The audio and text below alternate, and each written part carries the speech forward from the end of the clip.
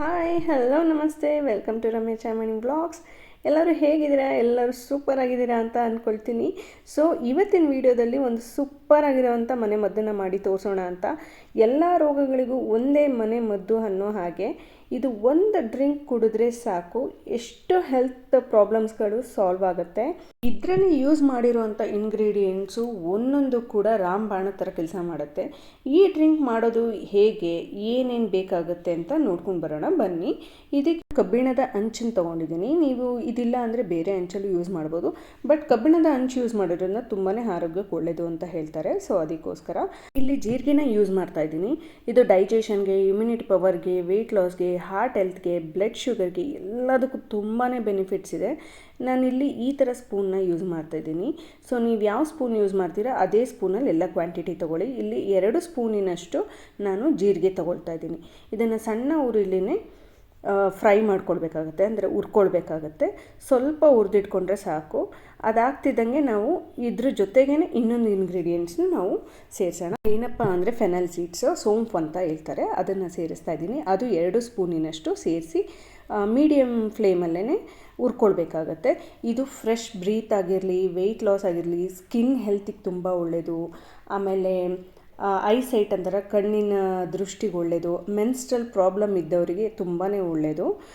ಇದ್ರ ಜೊತೆಗೆ ಮೆಂತೆ ಸೇರಿಸ್ತಾ ಇದ್ದೀನಿ, ಮೆಂತೆ ಕಾಳನ್ನ. ಇದು ತುಂಬಾ ಒಳ್ಳೆಯದು. ಇದು ನಿಮಗೆ ತುಂಬ ಕಹಿ ಅನಿಸೋದು, ಕುಡಿಯೋಕ್ಕಾಗಲ್ಲ ಅನ್ನೋರು 1 ಸ್ಪೂನಿನಷ್ಟು ಸೇರಿಸ್ಕೊಂಡ್ರೆ ಸಾಕು. ಇಲ್ಲ ಓಕೆ ನಮಗೆ ಹಾರ್ಟ್ ಪ್ರಾಬ್ಲಮ್ ಇದೆ, ಬ್ಲಡ್ ಶುಗರ್ ಲೆವೆಲ್ ಜಾಸ್ತಿ ಇದೆ, ಶುಗರ್ ಪ್ರಾಬ್ಲಮ್ ಇದೆ ಅಂದವರು 2 ಸ್ಪೂನ್ ಸೇರಿಸ್ಕೊಳ್ಬೋದು. ಆದರೆ ನೆಕ್ಸ್ಟ್ ನಾನು ಇದಕ್ಕೆ 2 ಸ್ಪೂನಿನಷ್ಟು ಅಜ್ವೈನ್ ಸೇರಿಸ್ತಾ ಇದ್ದೀನಿ.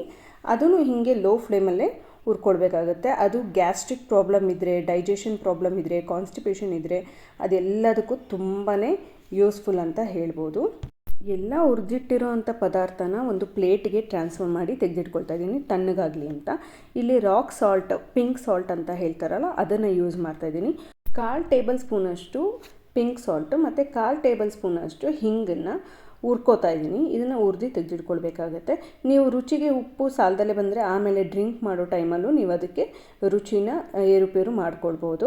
ಪ್ಲೇಟಿಗೆ ಹಾಕಿಟ್ಟಂಥ ಎಲ್ಲ ಇಂಗ್ರೀಡಿಯೆಂಟ್ಸ್ ತಣ್ಣಗಾಗಿದೆ. ಇದನ್ನು ಮಿಕ್ಸಿ ಜಾರಿಗೆ ಟ್ರಾನ್ಸ್ಫರ್ ಮಾಡ್ಕೊಳ್ಳೋಣ. ಇದು ಫೈನ್ ಪೌಡರ್ ಆಗೋ ಥರ, ಫುಲ್ಲು ಸಣ್ಣ ಪೌಡರ್ ಆಗೋ ಥರ ಗ್ರೈಂಡ್ ಮಾಡ್ಕೊಳ್ಬೇಕಾಗತ್ತೆ. ಇದೊಂದು 2 ನಿಮಿಷ ಗ್ರೈಂಡ್ ಮಾಡಿಕೊಂಡ್ರೆ ಸಾಕು, ಫುಲ್ ಪೌಡರ್ ಥರ ಆಗುತ್ತೆ. ಆ ಥರ ನೈಸಾಗಿ ಗ್ರೈಂಡ್ ಮಾಡ್ಕೊಳ್ಬೇಕು. ಇದು ಯಾವಾಗೆಲ್ಲ ತೊಗೊಳ್ಬೇಕು ಅಂತಂದರೆ ಡೈಲಿ 3 ಟೈಮ್ಸ್ ತೊಗೊಳ್ಬೇಕಾಗತ್ತೆ ಈ ಡ್ರಿಂಕ್ನ. ಊಟಕ್ಕೂ ತಿಂಡಿಗೂ ಅರ್ಧ ಗಂಟೆ ಮುಂಚೆ ಈ ಡ್ರಿಂಕ್ನ ಮಾಡಿಕೊಂಡು ಕುಡಿಬೇಕಾಗತ್ತೆ. ಬೆಳಗ್ಗೆ ಬ್ರೇಕ್ಫಾಸ್ಟ್ ಅರ್ಧ ಗಂಟೆ ಮುಂಚೆನೇ ಇದನ್ನು ಕುಡಿಬೇಕು, ಆಳೊಟ್ಟೆಗೆ ಅಂತಾರಲ್ಲ ಹಾಗೆ. ಮಧ್ಯಾಹ್ನವೂ ಅಷ್ಟೇ, ಊಟಕ್ಕೂ ಅರ್ಧ ಗಂಟೆ ಮುಂಚೆ, ರಾತ್ರಿನೂ ಊಟಕ್ಕೆ ಅರ್ಧ ಗಂಟೆ ಮುಂಚೆ ಒಂದೊಂದು ಗ್ಲಾಸಲ್ಲಿ ಎಷ್ಟಾಗುತ್ತೆ ಅಷ್ಟು, ಒಂದು ಅರ್ಧ ಟೀ ಸ್ಪೂನಷ್ಟು ಪೌಡರ್ ಹಾಕಿಬಿಟ್ಟು ನೀರಿಗೆ ಮಿಕ್ಸ್ ಮಾಡಿಕೊಂಡು ಇದನ್ನು ಒಂದು ಸ್ವಲ್ಪ ವಾರ್ಮ್ ವಾಟರಲ್ಲಿ ಇದನ್ನು ಮಿಕ್ಸ್ ಮಾಡಿಕೊಂಡು ಕುಡಿಬೇಕಾಗತ್ತೆ. ಇದನ್ನು ಕುಡಿಯೋದ್ರಿಂದ ನಿಮ್ಗೆ ಯಾವುದೇ ಗ್ಯಾಸ್ಟ್ರಿಕ್ ಪ್ರಾಬ್ಲಮ್ ಬರೋದಿಲ್ಲ. ಅಸಿಡಿಟಿ ಜಾಸ್ತಿಯಾಗಿ ಹೊಟ್ಟೆ ಉಬ್ಬರಿಸ್ಕೊಂಡಿರೋರಿಗೆ ಇದು ಒಳ್ಳೆ ಡ್ರಿಂಕ್ ಅಂತಲೇ ಹೇಳ್ಬೋದು. ಆಮೇಲೆ ಯಾರೆಲ್ಲ ಬ್ರೆಸ್ಟ್ ಫೀಡ್ ಮಾಡ್ತಿರ್ತೀರ ಅವರಿಗೆ ಮಿಲ್ಕ್ ಪ್ರೊಡಕ್ಷನ್ ಜಾಸ್ತಿ ಆಗುತ್ತೆ. ಆ್ಯಂಡ್ ಮೆನ್ಸ್ಟ್ರಲ್ ಪೇಯ್ನ್ ಏನಿರುತ್ತೆ ಅದು ರಿಲೀಫ್ ಆಗುತ್ತೆ. ಕೊಲೆಸ್ಟ್ರಾಲ್ ಇರಲಿ, ಹಾರ್ಟ್ ಪ್ರಾಬ್ಲಮ್ ಇರಲಿ, low blood pressure, high BP, ಆಮೇಲೆ ವೆಯ್ಟ್ ಲಾಸ್ ಮಾಡಬೇಕು, ಇಮ್ಯುನಿಟಿ ಬೇಕು, ಡೈಜೆಷನ್ ಪ್ರಾಪರ್ ಆಗಬೇಕು, ಗ್ಯಾಸ್ಟ್ರಿಕ್ ಹೋಗಬೇಕು, ಇದು ಎಲ್ಲದಕ್ಕೂ ರಾಮಬಾಣ ಥರ ಕೆಲಸ ಮಾಡುತ್ತೆ. ಇದು ಒಂದು ಡ್ರಿಂಕ್ ನಿಮ್ಮ ಡಯಟಲ್ಲಿ ಯೂಸ್ ಮಾಡೋದ್ರಿಂದ, ಡೈಲಿ ಯೂಸ್ ಮಾಡೋದ್ರಿಂದ ಎಷ್ಟೋ ರೋಗಗಳನ್ನು ತಡೆಗಟ್ಬೋದು. ಇದು ಒಂದು ಡ್ರಿಂಕ್ನ ಯೂಸ್ ಮಾಡಿ. ಸೊ ಹೇಗಿತ್ತು ಅಂತ ಕಮೆಂಟಲ್ಲಿ ತಿಳಿಸಿ. ಇದೇ ರೀತಿ ಒಳ್ಳೊಳ್ಳೆ ರೆಸಿಪೀಸ್ನ ತೊಗೊಂಡು ನೆಕ್ಸ್ಟ್ ವೀಡಿಯೋದಲ್ಲಿ ನಾನು ನಿಮ್ಮ ಜೊತೆ ಸಿಗ್ತೀನಿ. Till then see you, take care, bye.